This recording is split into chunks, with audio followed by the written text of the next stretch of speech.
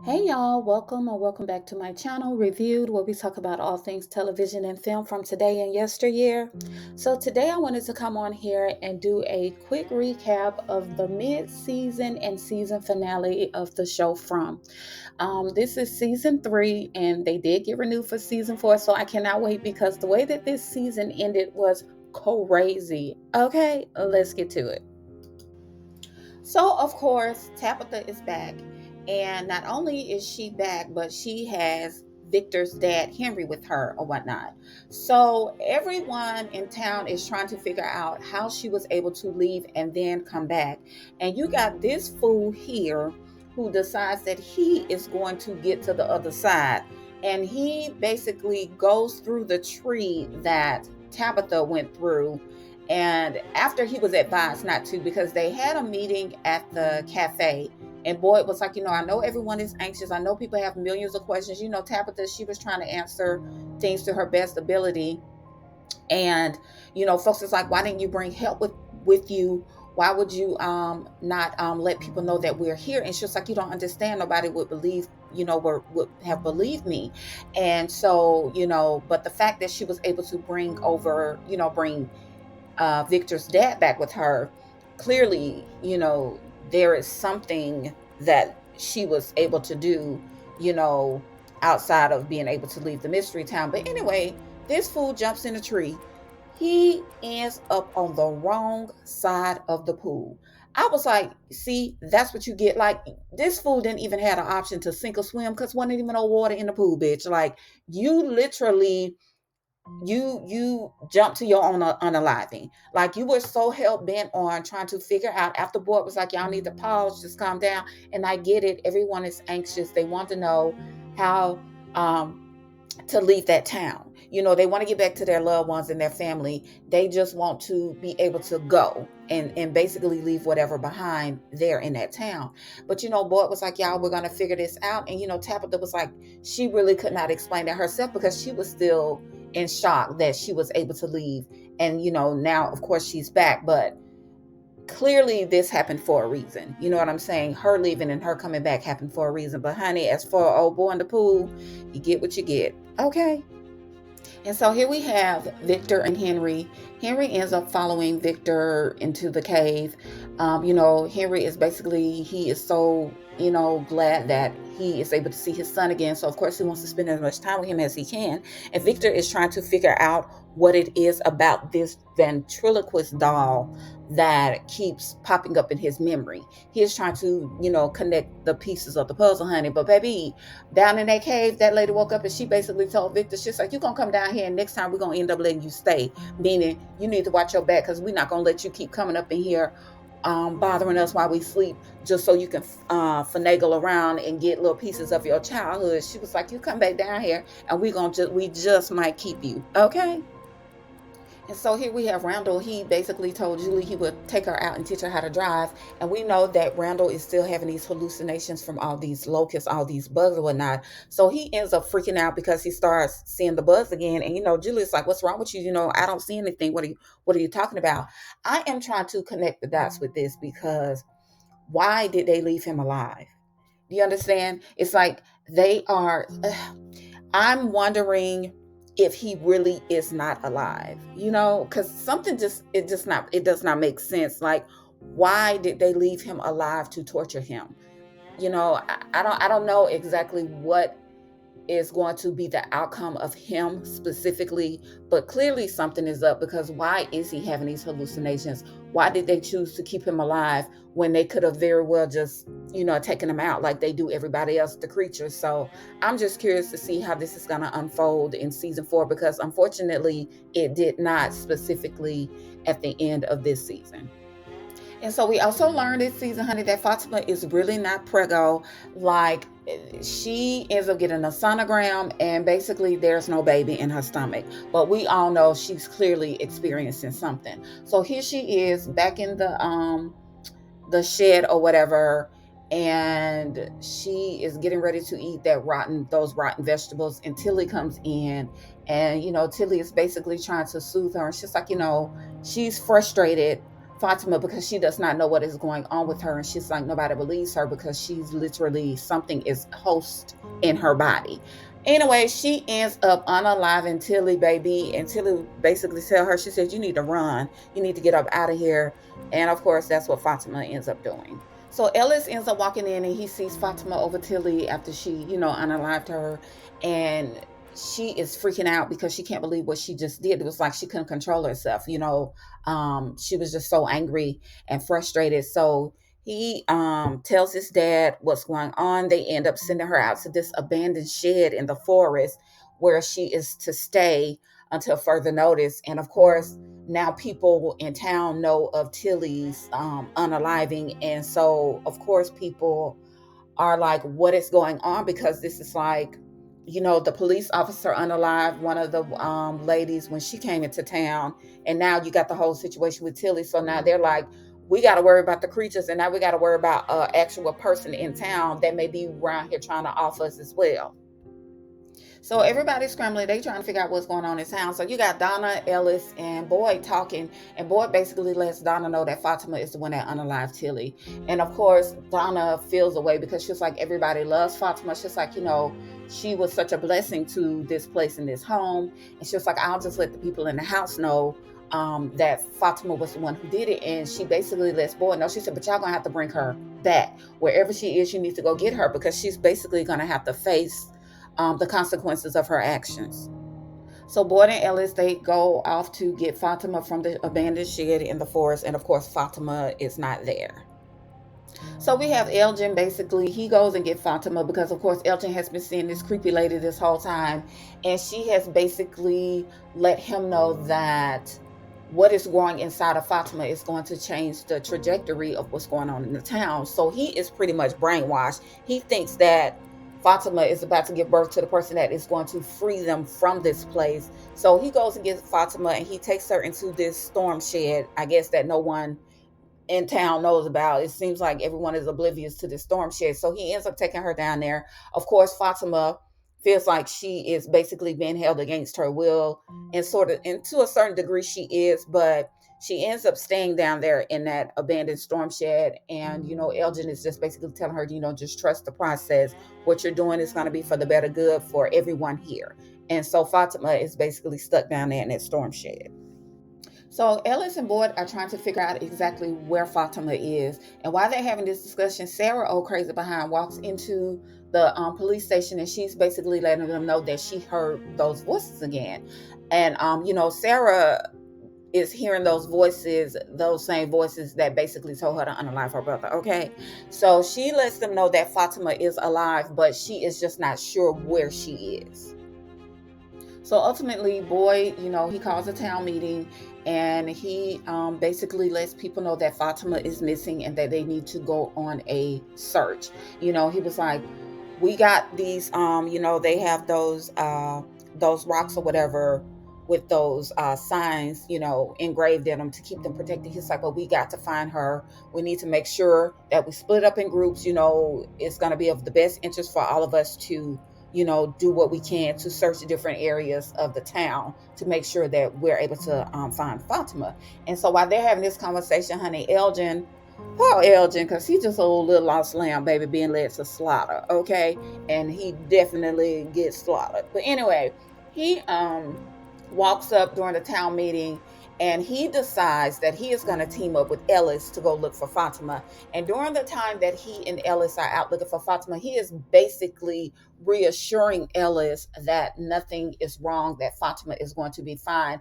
And basically, it clicks in Ellis' head that this Negro knows where Fatima is. So while all this stuff is going on in town, Victor, he is basically fed up. He's had enough. He is at the point where he is just like, he's tired of trying to figure stuff out. He, at one point of the show this season, he throws out all his toys and things like that from his childhood because he said he's just having a hard time remembering things. So he goes out into the forest, and with the initial plan to chop down the tree, the hollow tree that Tabitha was able to go in and, come out on the other side. And while he's out there, the boy in white appears, and the boy in white is noticeably different looking. He is not as pale. It's like he's getting more color to him. And even Victor says to him that you look different. And the boy was basically letting him know, because things are about to be just that different. Nothing is going to be the same. And he's basically letting Victor know that chopping down that tree is not gonna do anything. It's not gonna solve the situation. And so, for me, again, I always go back to when Boyd, he dismantled or destroyed or whatever that music box, whatever it was. And it's just like whatever he did, it opened up something in this town. Like it literally has changed the trajectory of whatever is to come. And so when the boy appears, and like I said, we see that he's starting to have more color to him, it's almost like he's becoming lifelike. You know what I'm saying? But I don't know. I don't know what's gonna happen. But poor Victor, he's just at a loss. Victor just at a loss at this point. Okay. So again, we got Tabitha and Julie. Tabitha is looking for Blue's Clues at this point. Okay, she is trying to put the pieces of the puzzle together, because her being back there has made her hypersensitive to just her surroundings in general. Like, she is having so many downloads of things that she does not recall experiencing, but and she is just trying to figure out what exactly is going on with her at this point. And so we have Fatima in the storm shed. She finds this door on the floor, and she is basically trying to open it. She's trying her best to lift the door to get it to open. And I'm assuming her reasoning for that is so she could, try to find another route to escape, to get up out of there, because Elgin has that wardrobe push on the door, so she's unable to just leave out the regular way. And so she's in pain because the baby is growing, and she ends up seeing that creepy lady at some point. And I was like, okay, what is going on? Because I was convinced that Fatima was about to give birth to that creepy lady. I was like, either Fatima about to give birth to that creepy lady, or she gonna turn it to her, because I felt like whatever she was carrying was basically going to turn her into that creepy woman, because she could not eat regular food, and she was losing weight. The girl lost a tooth. I mean, come on. So I was like, okay, either Fatima about to give birth to this creature, this lady, or Fatima is about to become her. But of course, I was wrong, and that is okay. Okay. So we have Julie and Tabitha, they're still wandering around. Tabitha is trying to make 1 and 1 = 2, honey. She is trying to figure out what's going on, because in this season, she sees those children a lot. Okay. And it seems like once she came back to the mystery town, those children start to pop up more and more and more. Like, she's seeing these kids all the time. Anyway, they end up at the storm shed, and I thought that maybe Tabitha and Julie were going to discover Fatima. But the creepy lady, of course, she has her mouth covering Fatima, so no one can hear Fatima screaming. But when Victor is standing down there, he's kind of like zoned out. And I was wondering if he was able to hear Fatima on the other side of the door, with the wardrobe, where the wardrobe was, because he's just standing there. And, Tabitha, she ends up embracing him, and she just basically freaks out. Like, she literally starts having these flashbacks of, I guess, Victor's mom running through the forest. It's just crazy. So it seems like, well, basically, she's been there before. Tabitha has been to this mystery town before, and she's freaking out. And so here we have Fatima, honey, and she is indeed preggo. Okay, the belly is bellying. And Elgin, he told her, he was like, you're just gonna have to make sure that you feed the baby, because it's gonna make the gestation period of her carrying it, it's gonna make it progress. And he was like, it's just very important that you make sure that you feed the baby. And we all saw what Elgin did, draining his arm and putting it in a jar for her to drink, because clearly she is carrying one of those creatures. But honey, when I tell you I was not ready for the one she was carrying, I wasn't. Okay. So at this point, Boyd, Ellis, Donna, certain people know that Elgin knows where Fatima is. And unfortunately for Elgin, he thinks he's doing the right thing, and it does not serve him any purpose at all. And Boyd is basically letting him know, either you're going to tell me what I need to know, or I'm going to get it out of you. And Elgin was like, just wait, what is going to happen it's going to be beneficial to everyone and to the town. And while he's talking to Boyd, that Polaroid camera that he carries around, it ends up snapping a picture, and a picture ends up coming out, and the picture is of Boyd's old home that he had with his wife and Ellis. And of course, Boyd comes back with a bag of tools, and he's basically letting Elgin know, if you gonna tell me what I want to know, or I'm gonna get it about you. And unfortunately for Elgin, he really feels like he's doing the right thing by keeping Fatima's location secret. He really feels like it's gonna be for the good of the town, and unfortunately, that is not the case, or seemingly not the case. So, you know, when I think about it, ever since Elgin, him and that bus came into that town, he's had some unfortunate events, and they've all been surrounding that woman, that creepy woman. So why did she choose him specifically? You know what I'm saying? Like, why did she decide to show up once he came to that town? So I don't know. But unfortunately for Elgin, honey, the tool situation, it just did not go in his favor at all. This girl is out of control, Sarah. I don't know what voices she's hearing, who exactly is talking to her, but when I tell you what she did to Elgin, I get it. She got what she needed out of him, but that was not her place. Like, something is wrong with her, and I'm wondering what the repercussions of her action is going to be, because we already know people don't like to be around her because of what she did to her brother. And I get it. She felt like she was doing a service so they could get the information, but I'm just like, how are they going to handle this? How is Donna, Boyd, and the rest of the town people going to react to Sarah once again harming somebody? Like, it was crazy. I felt sorry for Elgin, because he really, in his mind and in his, I guess, his heart, he really thinks or thought that he was doing the right thing. So Ellis, Boyd, and Kenny, they end up going to the storm shed, honey, and Fatima has given birth. Fatima has given birth, and the creepy lady, she ends up taking what looks to be a cocoon. Okay, it is not a kid. It is not a baby. It is this lava cocoon looking spectacle. Okay, and she ends up walking down those stairs of the door that we saw Fatima, the door that's in the floor that Fatima is trying to open. The creepy woman ends up taking the specimen. We just gonna call it specimen because that's what it is at first. She ends up taking it down to that dungeon, and we see all of the creatures, the ones that roam at night, just standing around the wall, and this cocoon thing starts to unravel. Okay, so as the cocoon starts to unravel and open up, honey, we see the rebirth of this crazy faced fool. Let me tell you something. This guy's face is so freaking creepy to me. I was like, you've got to be kidding me. So we have the rebirth of, I'm assuming, who maybe he's the leader of the creatures. I do not know. But this is the one, if y'all recall, this is the one that they were doing the experimenting on, trying to figure out exactly what these creatures were. This is the one they was able to catch and cut open and figure out what exactly they were.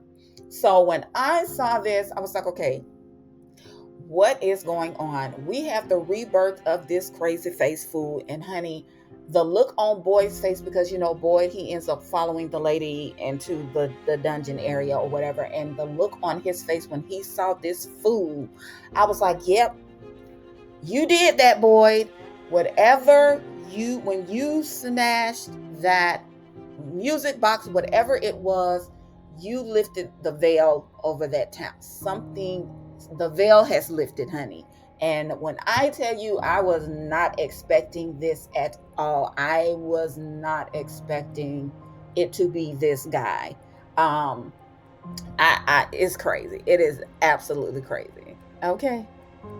So here we get to the end of the episode, guys, and we get a moment with Jim and Julie. And of course, this is not the Julie we've been getting for the past 3 seasons. This Julie looks, she looks different. And so, she's running, she's frantic, she runs, and Jim is basically trying to calm her down. And we see this guy or devil in a yellow suit walk up, and, he's confrontational with Jim.